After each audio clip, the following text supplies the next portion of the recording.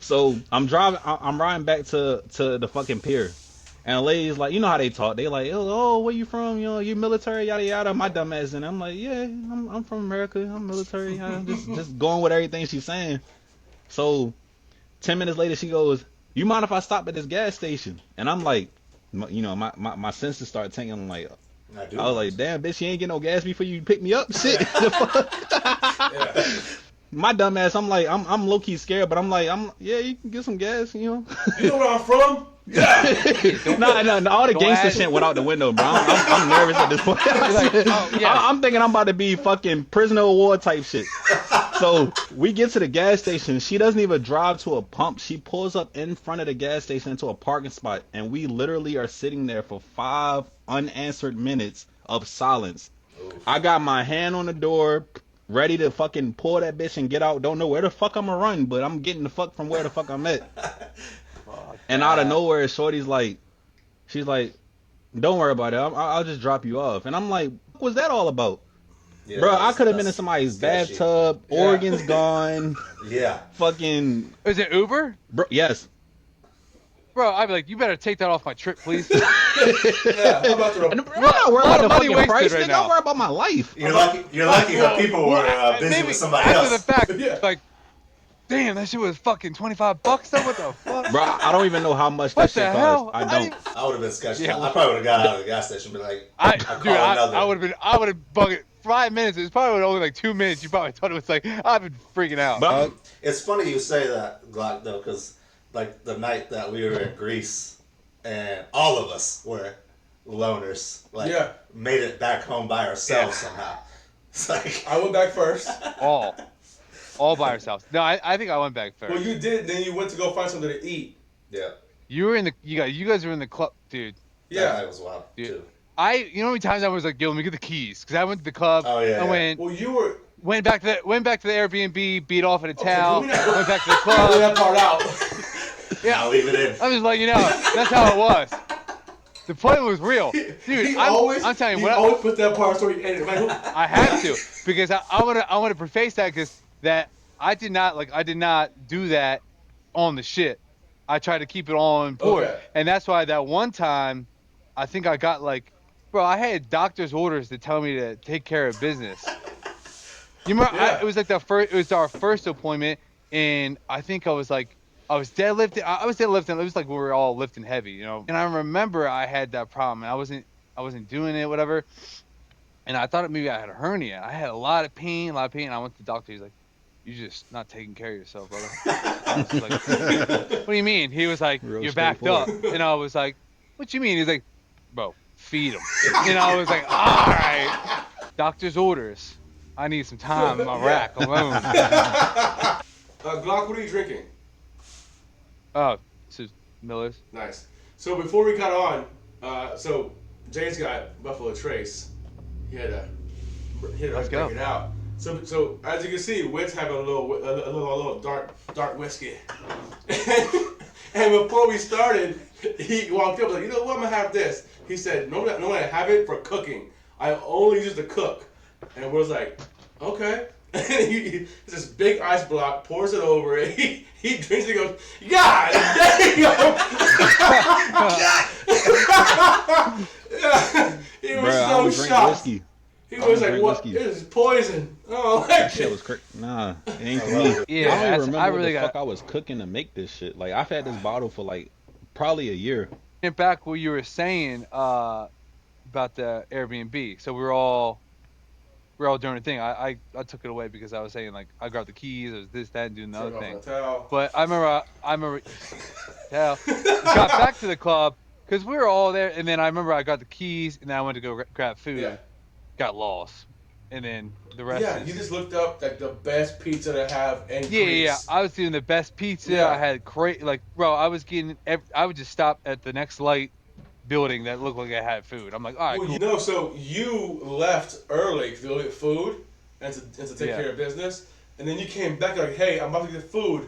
This spot, like 2 blocks over, whatever. Like, yeah, sounds good. Do your thing. And then it's like 2:30. I'm like, I lost Jay. I don't know where he went. I'm walking back to the Airbnb. I went to the Airbnb. Lights are all off. So the cafe, the first floor, I just sat on that fucking table and looked up like, there's a window. Maybe it's open. So I tried climbing it. Like, this is not a good idea. No way, really? Oh, yeah, dude. I was blacked out hair, but like, I can get that window. So I got on the table. I was like, that's a little high.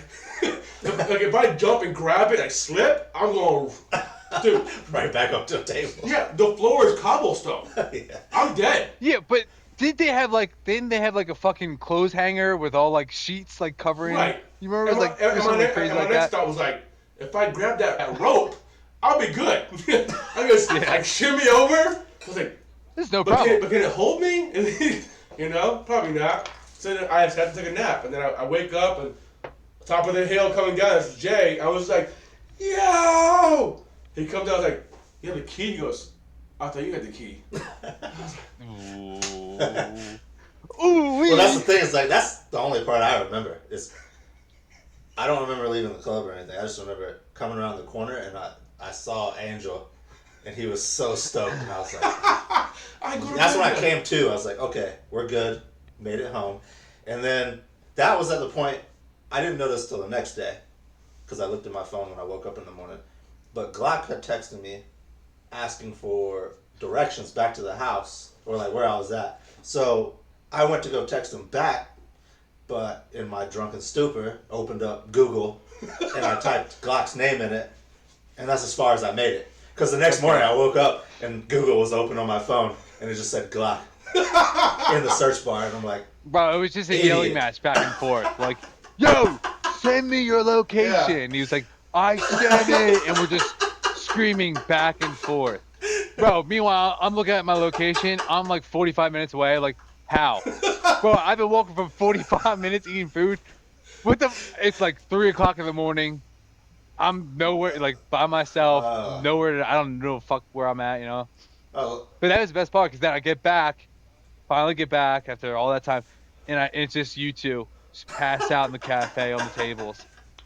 They're like, no words spoken, just like, okay, in the house. I remember getting up like 6, and I remember like, all right, let me get ready and like go out. I want to get more food and fucking coffee, donuts, whatever it is. That's why I go crazy in port, you know. So I remember I'm like, all right, let me look for the key and make sure I'm trying to get everything straight. Bro, I can't find the key anywhere. I think I might have woke people up, like, with the key. I remember this. Last thing I remember, open the door, like, where's I don't know why I opened the door, because I think I was about to leave. Because, like, fuck this, I don't need a key. And I opened the door, and the key is in the thing right there. There's people eating breakfast right there. With they see the key, they're like, we take all this shit. Like, it's fine.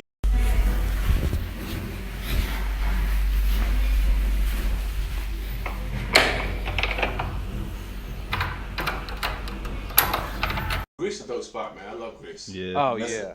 What's your favorite? I'm a huge London fan. That's my number one. Great. That's my number one by a thin margin. Greece is definitely close second. I'm glad we left Portland and went to London to experience London. Dude, the bike ride was incredible. Oh my god, that's the craziest shit ever, bro. Yeah. Riding bikes drunk in a different country where the fucking street pathways are different directions. Opposite side. Yeah, that was sketchy. Again, my dumb ass on the wrong side collide with somebody. A tiger in London, bro. Like, oh my god, dog. There's 4 floors of different club themes. Are we gonna talk about the fact that like we were in the back of the line and there were more females in the club and some dudes in suits came to get us from the back of the line? Like, y'all coming in? Oh yeah, come up, follow us. Yeah, they needed niggas in the club. Yeah. Oh yeah. It was so many bitches. Like, how did that come about? It was just not balanced. It was like 80% female. They wanted a better ratio. I remember that, but I was kind of drunk, so I don't even remember why. They needed dudes in there. Yeah, and they like. This is a club in London. Yeah, 5 floors, different music on each level. So fun, dude. Damn. So fun. Yeah, I went in Portsmouth too. Not as fun. It was terrible. Yeah. London was. The London Tiger was the truth. The Portsmouth Tiger was some on the side pier. The Truman had that bitch running, but we was with the locals in London. So, did you figure out your Valentine's Day stuff, Saul? Yeah. So I saw you send her something already. Yeah, that was pretty much me. Like, you know what I'm saying? Like, if I'm being honest, she's a very high class female. She expect a lot. You know what I'm saying? I She fucks seems with that that. You know way. what I'm I saying? like her. She's dope. Take me out of my comfort zone, make me a better nigga type shit. Ooh, I like that. But in the chocolate and the bear was pretty much like just me asking her to be my Valentine type shit. You know what I'm saying? I sent it to her job. Dude. Hey, I look. That's dope. I know y'all know me as like whatever y'all know me as, but like when it come to my shawty, bro, I'm really on point. I'm really on point when it come to my shawty. I like it. But, I didn't see this plant-based side of you. I was nervous. Can't show it to the guys. Like it though. But obviously. But yeah, so I sent her that, and like she told me that she got me a gift. So you know what I'm saying? Like I ain't really been in too many relationships in my life, so I haven't really done the Valentine's Day thing before.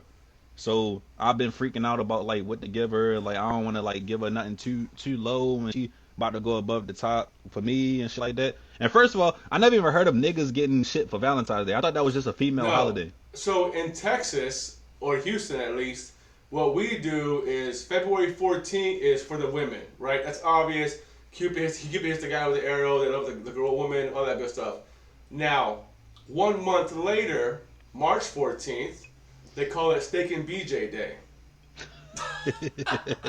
The woman treats the man of her dreams, the Valentine, to a steak, either out in town or at home. And then you know what happened after that. Damn. Steak and BJ, baby. It's a good balance. 1 month later, you can figure. You better hire somebody to cook that steak. What are we talking about? But yeah, I didn't know we were serving hockey pucks right now. Like you want anything? Dude, last summer I went to Kansas City to help my brother move, and we went to Stone Brewing. Stone's like a really big beer company, I guess. I never had it, but we did the tour of the whole brewery, saw where they brew all the beer, met the brewmaster, all that. At the end of the tour, they give you these like 4 beer caps. So like go try 4 beers on us, whatever you want. Well, my brother was driving, and my mom doesn't drink. She was with us, so I got my 4, my brother's 4, my mom's 4. And then after that, we ate lunch there. I had a beer my lunch, and then we were just talking and stuff. I had a couple more beers, dude. I was 26 beers before I left there. And not like no. Yeah, like it was that's insane. I was just saying, like they're not like this. Gone, dude. Wait, I have a question though. Like, is this for you guys too? There's like beer or some of these beers like. And Miller Lite sometimes, mostly all the time, like is good. Like I'll drink it, and other times I'll take like a swig of it. And I'm like that fucking sucks. No, for sure. Have you seen a TikTok or Instagram video and it says, you got a can, goes, what's what Bud Light stands for? Bitch, you don't like it? Go home then. So Whit, you wanted to discuss how you came to be part of the crew.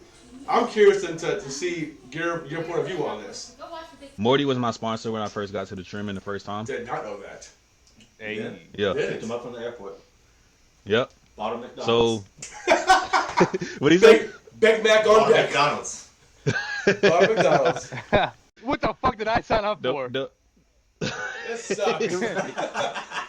Yeah. So the first like week or so we fighting Q80, Castillo I think was one of the only guys I was talking to at the time. I think Morty was too busy because they had just made him like the leading E5, the you know what I'm saying. So he had a lot of shit going on.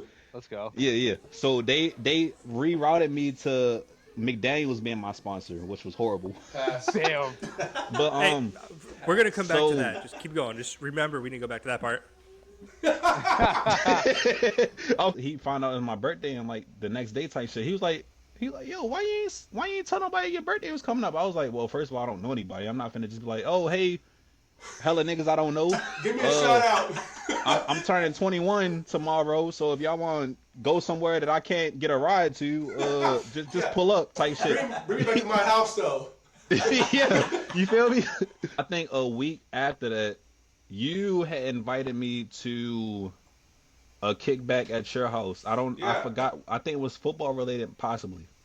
But or Saturday. Yeah, it's just. Yeah, I don't know what day it was, but you was like, hey man, you know y'all know how Montoya talk. He's like, hey man, what you doing today? I'm like, nothing. I'm like, I'm having shit at my house. Pull up. You know what I mean? Here's the address, dude. Straight to the point type shit. So I'm like, shit, cool. You know what I'm saying? He was like, just bring some beer. And I remember this vividly because it was funny as fuck. I brought Coronas because obviously I like Coronas. But I'm brown. This nigga, huh? But I'm brown. Yeah. I bring a case of Corona. This nigga so oh, you bring Corona because I'm Mexican? I'm like, shit, I don't even know what type of Spanish you is, nigga. Shit, I just bring Corona because I drink this shit. But I think ever since that day, you know what I'm saying, like the vibes was cool. I was chilling, you know what I'm saying. I wasn't doing nothing out of pocket that, you know what I'm saying, a friend group would look for in signs of people like, oh nah, this dude kind of weird. We can't fuck with him. Nah, this nigga over there, he biting his lip with a corn type shit. He can't fuck with him. You talking about Glock? He's right there. But nah, I think yeah, man. Like, fuck, dude. Thank God I'm still here. They let me in. But that's a real good origin story. I like that. Yeah. You gotta think about shit though, like, you know what I'm saying, when you're in a real vulnerable state, you know what I'm saying, niggas remember the small shit. So that's probably one of those things that's gonna stick with me for the rest of my life. Man. I appreciate that. And we come a long way, man. When we used to hang out whenever my now ex was out of town for the summer or whatever, you would come by my house for the whole summer. Gosh, my fucking all summer long.